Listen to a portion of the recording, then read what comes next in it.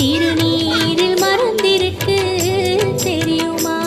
அதை தினம் அணிந்தால் புகழிருக்கு புரியுமா? கந்தன் திருநீரில் மறந்திருக்கு தெரியுமா? அதை தினம்